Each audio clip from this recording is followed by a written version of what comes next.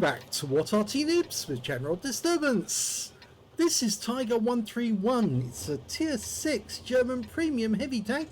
It's located on the eastbourne of Karelia Encounter, and it's under the command of Silly Boy. Game on. Captured in 1943. It then became, of course, a prize because it was shown all around, well, it was paraded in London and various other places, because the Tiger tank was actually quite a mythical beast that was frightening a lot of people, that this huge tank with massive armour was devastating any enemies that it came across. But in actual fact, once people saw it and realised that actually it's not the big beast that everyone thinks it is, it can actually be taken down. Oh dear, look at that, T-28's flipped himself. I'm not sure that Silly Boy's aware of that. Oh, and he's now shot his own teammate, which means he won't be getting a high caliber medal, even if he tries. It looks like our teammates have actually gone to help the T-28, and they'll be getting him upright in no time at all. Anyway, this tank, 88mm gun, capable of doing 220 alpha, penetrating 145mm of armour, and it should normally have APCR rounds as well, but you can see Silly Boy's decided not to carry any APCR whatsoever. He's just carrying standard AP and HE.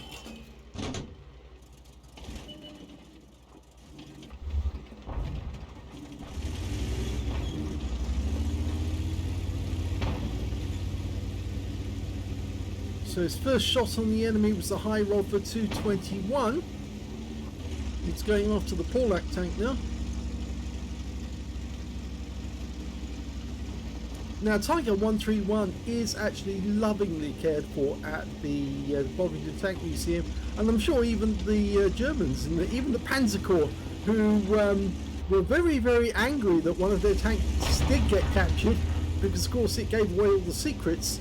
But I'm sure they now love the fact that one of them did survive intact and fully operational, which means of course that they can now see this tank moving around the arena.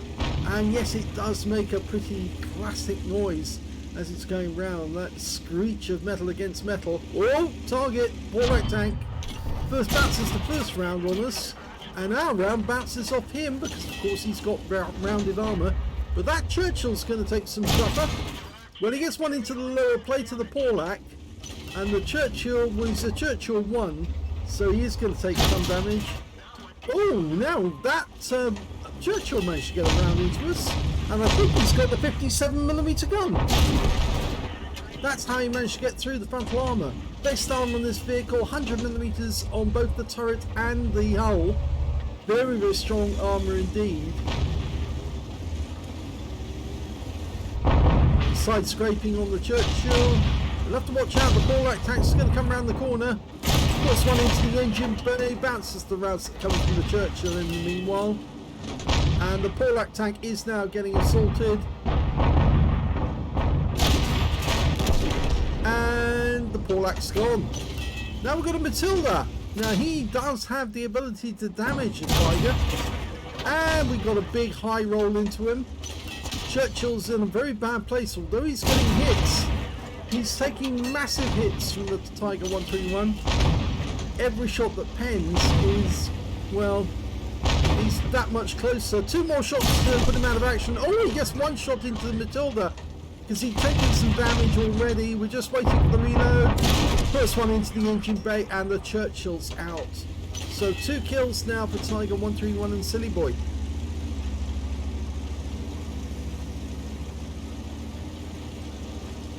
That T-34 is not looking too healthy, and neither is on Churchill 1 for that matter.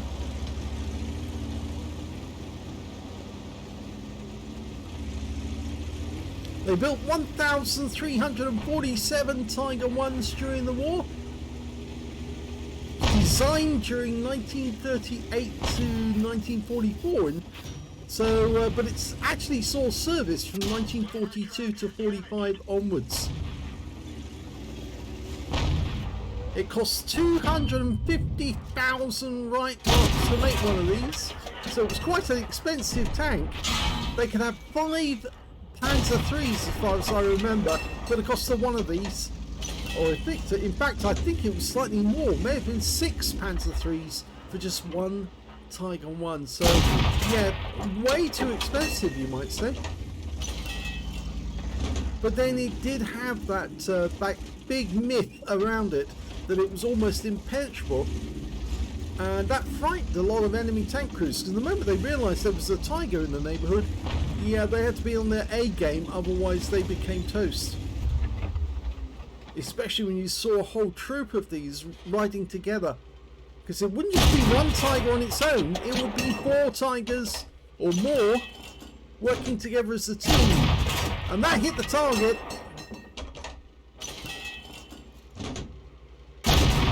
Now, oh, that got a kill. He took out the stud guy. Go for the PK. Doesn't penetrate. He hit the turret. Now, it does have good traverse. It has very good DPM on that 88mm gun. And these are big shells. That one went into the hull, so that definitely did a fair bit of damage. Now, go for kill shot. Yes, he gets it. The M4's up on the horseshoe. And yeah, that's a reset, unfortunately. The Su-76, but yeah, I suppose he wanted it. Now, potentially, Silly Boy's got a high caliber because he's over 20% of the enemy hit pool. And there's only 3 enemies left. The Su-76, the Panzer Fünftier, the premium medium, there he is, and the Churchill 1. Now, he's going to be the big problem, that Panzer Fünftier, because they are very, very effective. 75mm gun, but very fast fire rate, and of course it's got a Panther hull. So he's holding this corner and rocking backwards and forwards to try and throw the shells off if they do hit. Trying to get a shot into the Churchill 1. No, I don't think he can from here. He would be much better off. Yep, shooting around the corner. Churchill's coming into sight now. That's better. A high roll, 240. Go for another shot. Oh, you get a kill shot. Yes. The Churchill took a hit, just one shot before he fired, and he got the kill shot on it. So that's 5 kills now. He could get a Top Gun, but he won't get the high caliber because, of course, he did wound one of his own teammates. But he'll miss that high caliber if he does get it. He gets 1 round in. This is going to be a kill shot if he gets it. The Su-76 is firing in this direction. I would not be surprised that Su-76 does actually have a Defender medal. We can't see him, but we're feeling his effect. He's got the 57mm gun, the Su-76, because he's doing just under 85 hit points. Well, when he's blocked, he's giving us 85 up. So yes, it's definitely the 57mm gun. And we've been spotted again. So in shells in round. There you go. Now take him out. Dial in. 1. Next shot should kill. Let it settle. Yes, wins the game. Well played, Silly Boy. Silly Boy. Here's the end of battle stats, and that was an ace tanker for Silly Boy 1 in the Tiger 131. He managed to get a hand of God for surviving the battle, having received damage from 4 different enemy vehicles, as well as a duelist for taking down 2 tanks who damaged him, a fireproof effect for doing more damage than the hit points to his own vehicle, and a shellproof for blocking more damage than the hit points to his own vehicle, as well as a steel wall for blocking the most damage in the game, and a Top Gun for getting at least 6 kills. Yes, that Su-76 was the 6th tank, so when he took that out, he got his Top Gun, but no high caliber. And you know why? Because he shot his teammate right at the start of the game. Let's have a look at team score. Yes, easily got the highest damage in the game, 3,569, and we know it was over 20% because he had the tick. The mod was telling us that yes, he definitely did have enough, but he missed out on a medal because he shot his teammate. Yep, we keep telling people, don't shoot your teammates, you're going to lose a medal, especially if you're good enough. The second highest damage in that game went to the Polak tank on his own team, 1,946, and the third highest damage went to the Jagdpanzer IV on the enemy team with 1,278 hit points. When it came to kills, he had the highest in that, yep, 9 kills. 2 kills went to, or 3 kills rather, went to that Panzer IV. Yes, they are pretty deadly. And 2 kills went to the Su-85, the M4 Sherman, and the IKB-103 on his own team. And when it came to base XP, it was him, yes. Tiger 131 got the best with 1,491. In fact, he was the only one to get over 1,000. 866 went to the Polak tank. 627, that's a big drop down till you get to the T1 heavy tank, who's in third place.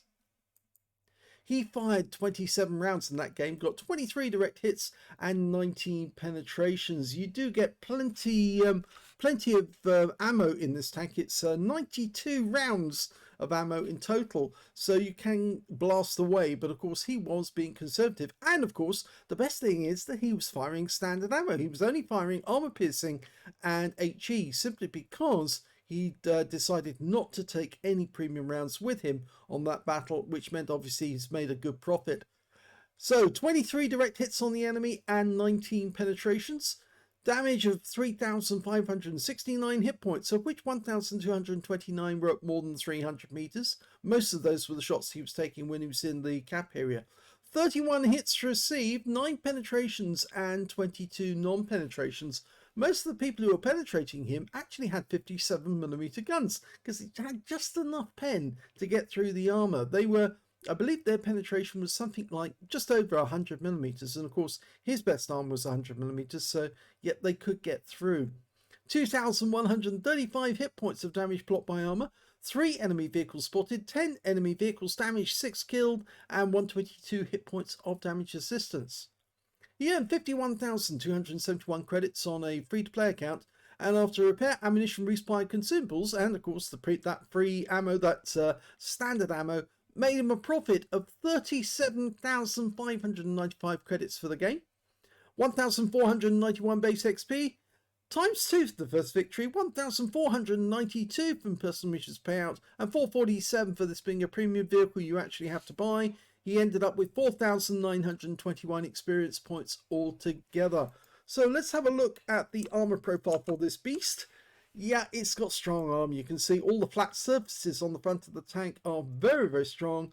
You're looking at 100mm. The front plate, to remember, that normally has a huge piece of track. The spare track is mounted on top of that, and it kind of discourages anyone from shooting at the front of the vehicle because basically it's pointless. Your rounds are just not going to get through the track and the actual plate behind it.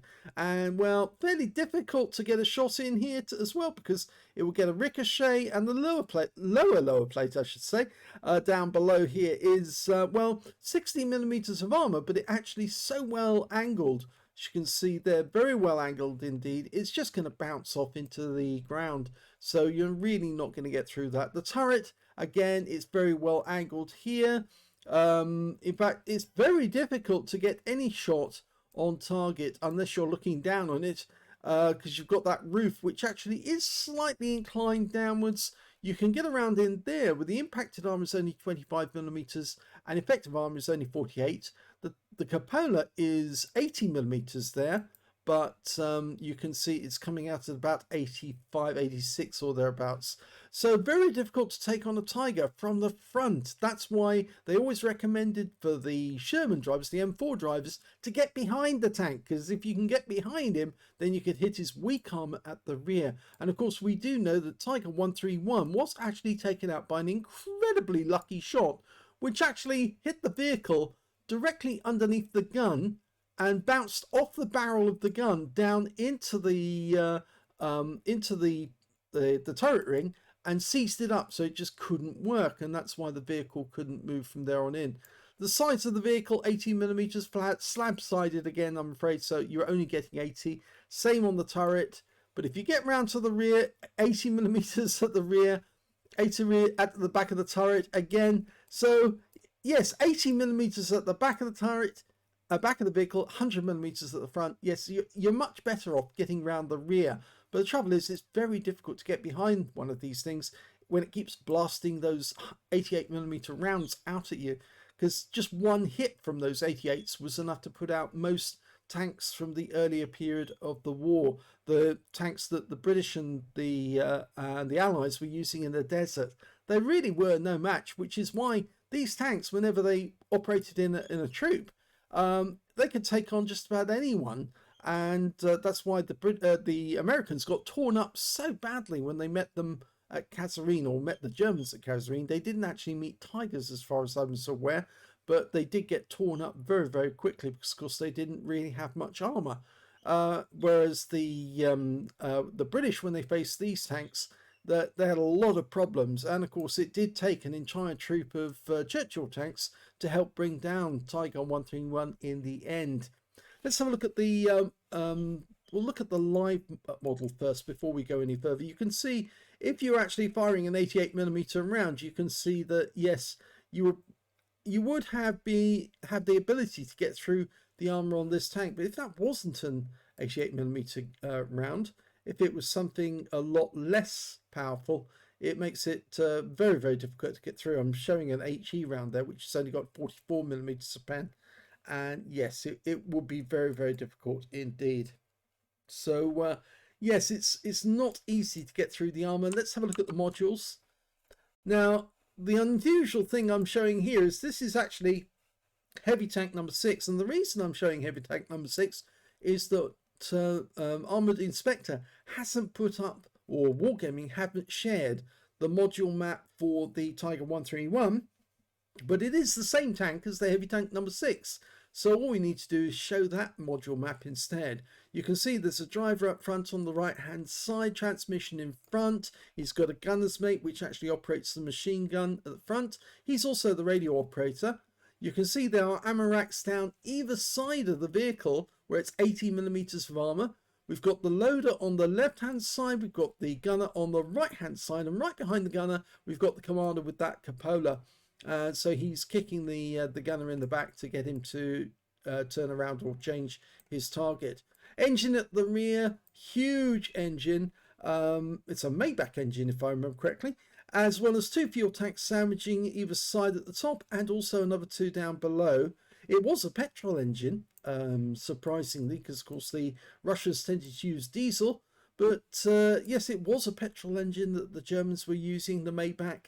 And well, I suppose it did generate more power at the earlier stages of the war, but towards the end of the war I think they were all saying, well, diesel's better in many ways, although almost Allied tanks were also using petrol as their main source, or gasoline as the Americans would say it, because of course most of our players and members are American or connected. So yes, they would use gasoline, the British would call it petrol, and the Germans would call it benzene.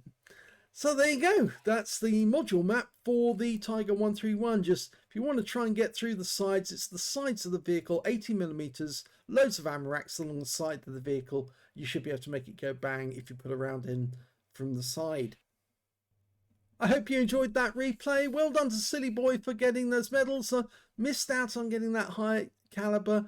Please don't shoot your teammates in future. I'm sure you couldn't see the reason why that Churchill wanted to get back. He probably wanted to go around the corner and help that T-28 and get him upright again. And of course, Silly Boy probably didn't realise that there was somebody in trouble around there. That's why he was desperate to move forward and the Churchill was desperate to get back. And that's why he got so frustrated. He shot him one and lost a medal because of it. If you enjoyed that replay, please give it a like. Do subscribe to our channel. Leave a little comment down below because it feeds the algorithm. And thank you for watching.